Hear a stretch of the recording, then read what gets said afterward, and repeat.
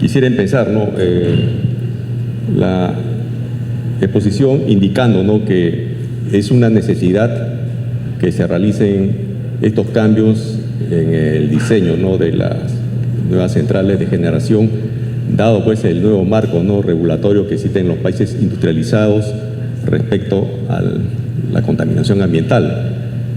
Entonces, las empresas estas que se dedican a la fabricación del equipamiento, ¿no?, de generación se amoldan a estas exigencias. Y vamos a ver a continuación, ¿no?, por qué es que tienen que amoldarse, ¿no?, a estas exigencias, dado que los países industrializados se han comprometido, ¿no?, a disminuir sus tasas de emisión de CO2 y gases de efecto invernadero GI. Por favor, podríamos empezar la exposición. Primero, quería ver con ustedes el impacto, ¿no?, del uso de la energía. Siguiente, por favor.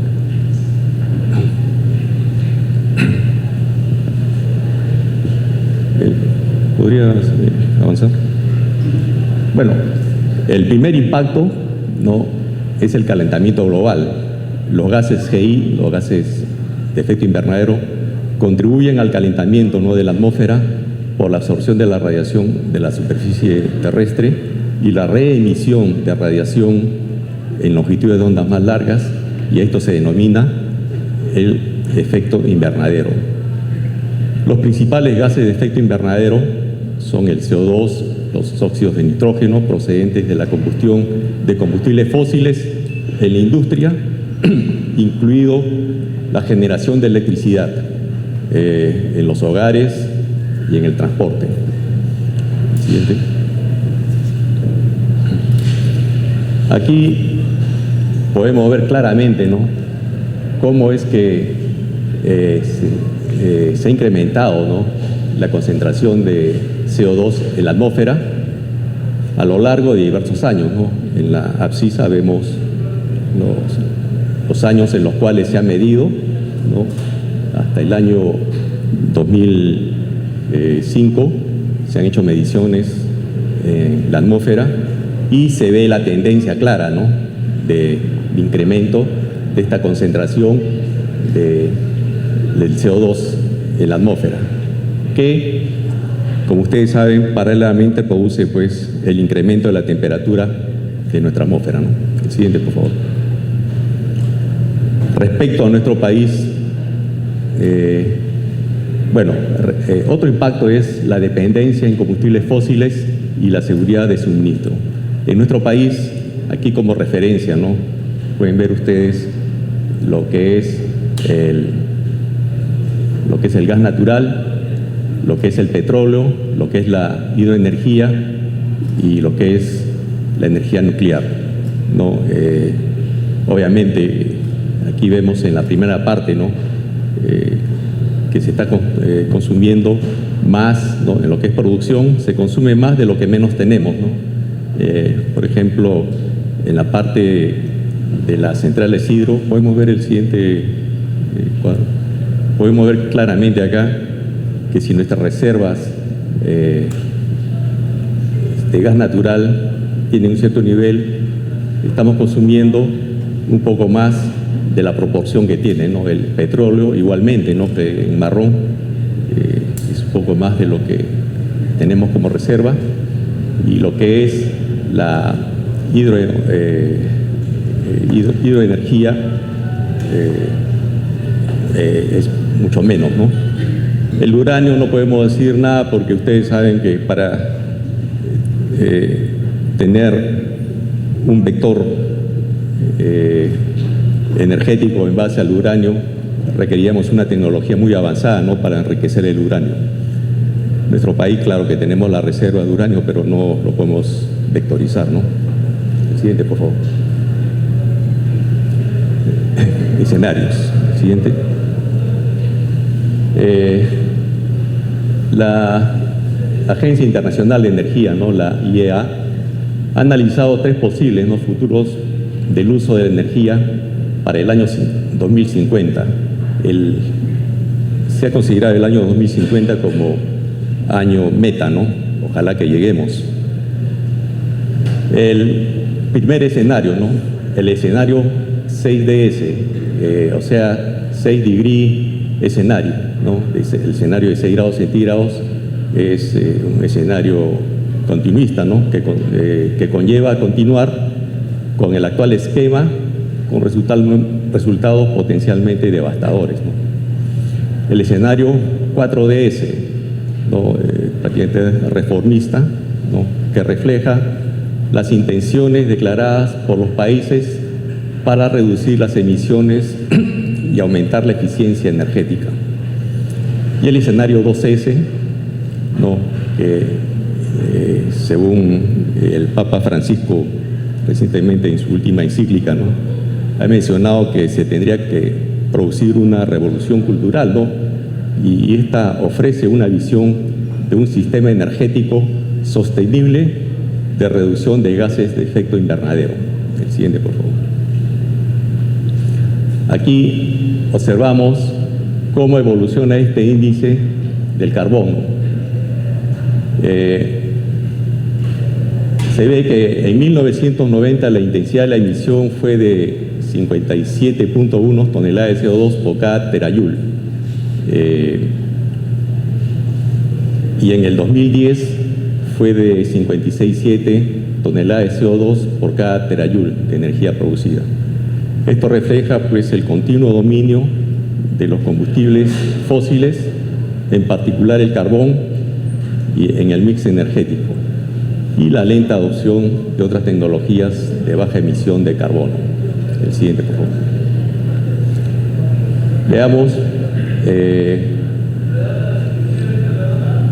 cómo es que influyen o van a influir, ¿no?, los diversos sectores en la producción de CO2, ¿no? En gigatoneladas, en la ordenada tenemos las gigatoneladas de CO2 y en la abscisa los años, ¿no? Observen ustedes que en el escenario 2S, o sea, el inferior,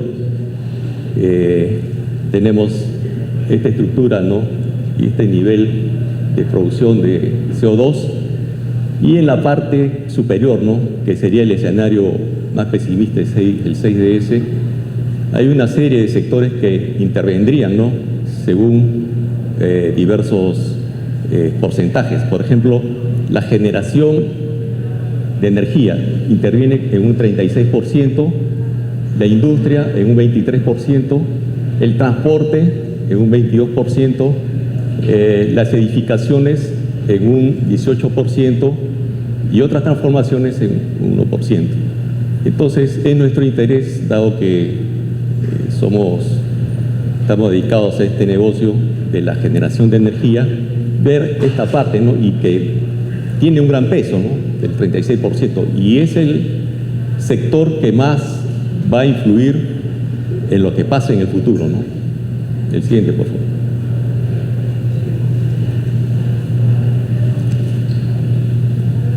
Aquí quiero mostrarles, ¿no?, este esquema de producción del vector de electricidad, ¿no? Intervienen diversas fuentes de energía, base a combustibles fósiles, energía nuclear, tenemos también la energía solar térmica, ¿no? Tenemos la energía solar fotovoltaica, bueno, que produce en base a la radiación que se emplea en los paneles fotovoltaicos y directamente se transforma en energía eléctrica. En cambio, acá, en estas otras fuentes térmicas, se produce el vector vapor que acciona una turbina y esta acciona un alternador, ¿no? Pero observen ustedes que aquí tenemos una parte correspondiente a la generación térmica en la que todos ellos, excepto la energía solar y la energía nuclear, no producen CO2, pero sí la parte correspondiente a la combustión de combustibles fósiles, ¿no?, que producen el CO2. Tenemos en el extremo superior el agua, la energía hidro, y la energía eólica mediante el aire, que acciona pues una turbina, y como mencioné, que acciona el alternador, y este produce el vector electricidad. El siguiente, por favor. Aquí tenemos un esquema, ¿no?, de cómo iría evolucionando el consumo de energía. Aquí en las ordenadas tenemos los hexajoules en el año 2010, ¿no? Tenemos aquí en la ordenada los hexajoules y en las abscisas tenemos el periodo de tiempo de unos años hasta el 2050. En el escenario 4DS, que es un escenario menos drástico más drástico que en el escenario 2DS. Observen ustedes que aquí hay algo importante, ¿no? En el escenario 2DS, la combustión, ¿no?, de combustibles fósiles tiene que decaer e incrementar la producción de energía eléctrica, ¿no? Este es clave en el desarrollo de los recursos energéticos a nivel mundial.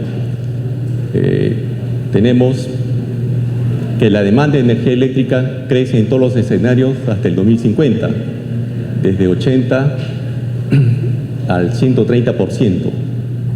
El porcentaje de participación de la electricidad aumenta en todos los escenarios desde 2011 con 17% y en el 2050 en un 25%. En el escenario 2DS, la electricidad sobrepasa al petróleo y en el 2050 se convierte en el vector energético más importante, ¿no? Aquí observen que la energía eléctrica ha sobrepasado, pues, al uso del petróleo, ¿no? El siguiente, por favor. Tecnologías. En base, pues, a estos aspectos se han desarrollado diversas tecnologías. Muchos países industrializados utilizan el carbón, ¿no?, que es un gran contaminante del medio ambiente. Entonces han desarrollado básicamente plantas a vapor, pero con la finalidad, ¿no?, de incrementar su eficiencia. Se han desarrollado instalaciones supercríticas y ultra supercríticas. Observen ustedes que las instalaciones subcríticas, las instalaciones de carbón subcríticas, a lo más llegan a tener una eficiencia de 40%. En cambio, las supercríticas, ¿no?, y las ultra supercríticas pueden llegar al 42 al 43%. Entonces, se observa claramente, ¿no?, que la eficiencia significa menor contaminación ambiental, ¿no?, tal como se puede ver acá, las emisiones de CO2 en toneladas por cada megavatio hora neto, ¿no?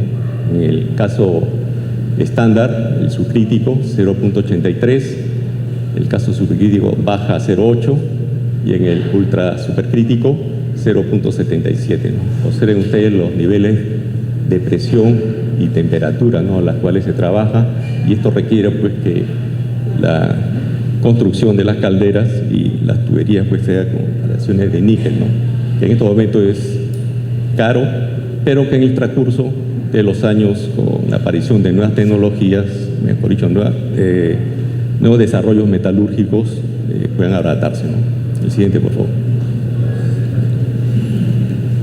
A título de ejemplo, ¿no?, aquí tenemos los costos tanto de inversión como de operación y las características operativas, ¿no?, de una planta a carbón. Como ustedes pueden observar,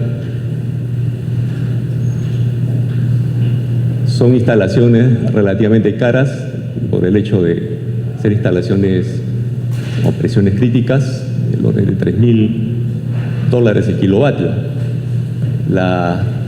El costo de operación y mantenimiento variable en dólares por megavatio hora, 3.71, costos de operación y mantenimiento fijos. El hit rate, observen que va evolucionando favorablemente, ¿no?, hasta llegar a 9.000, más o menos estarían en el orden de eficiencia de 42%. El tiempo de construcción, 55 meses, poco más de casi 5 años, ¿no?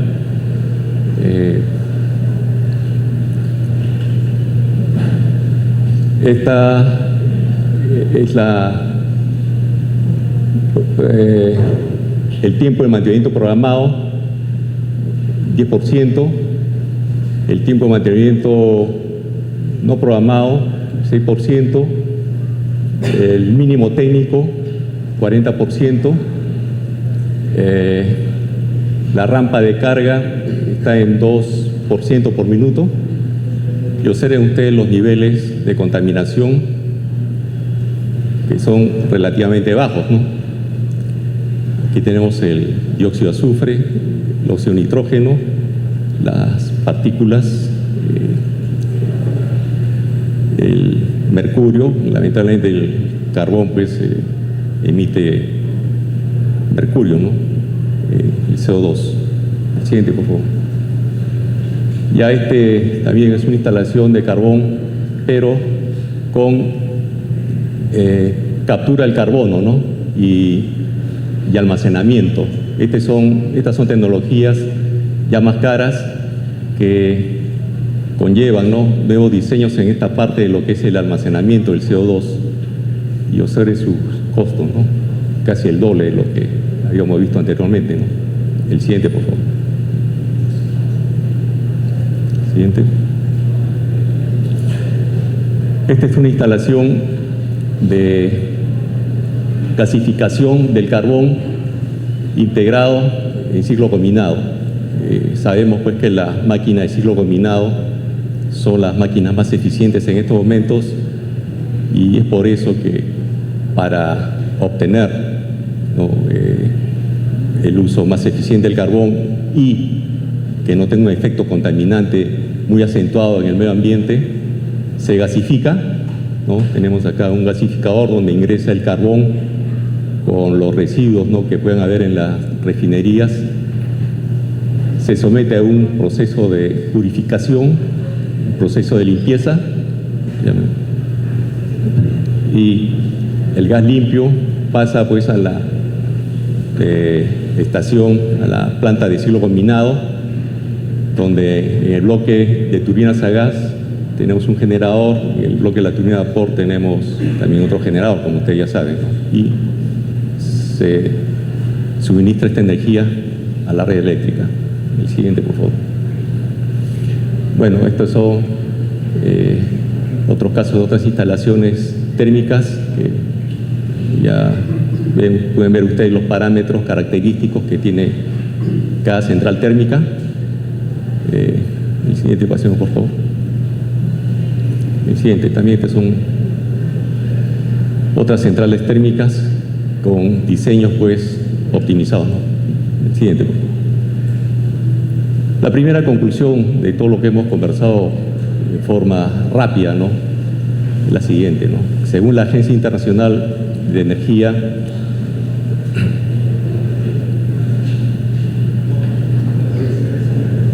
bueno,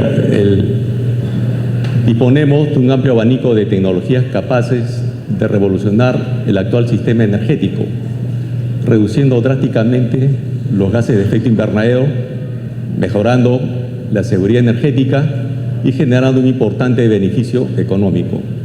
Nuestra matriz energética eléctrica está compuesta en un 3% de participación de energía renovable no convencional, 34% de hidroelectricidad y un 63% de generación térmica. El acento está más en la generación térmica, ¿no? El siguiente, por favor. Si deseamos ser parte del escenario 2DS, debemos desarrollar una política energética cuyo objetivo sea potenciar el desarrollo hidroeléctrico e incorporar tecnologías de energías renovables no convencionales y disminuir la participación de la generación termoeléctrica. Bueno, mi tema era hablar de la generación termoeléctrica, pero lamentablemente pues esta generación termoeléctrica conlleva ciertos problemas con el medio ambiente, ¿no?, que deben ir mejorándose.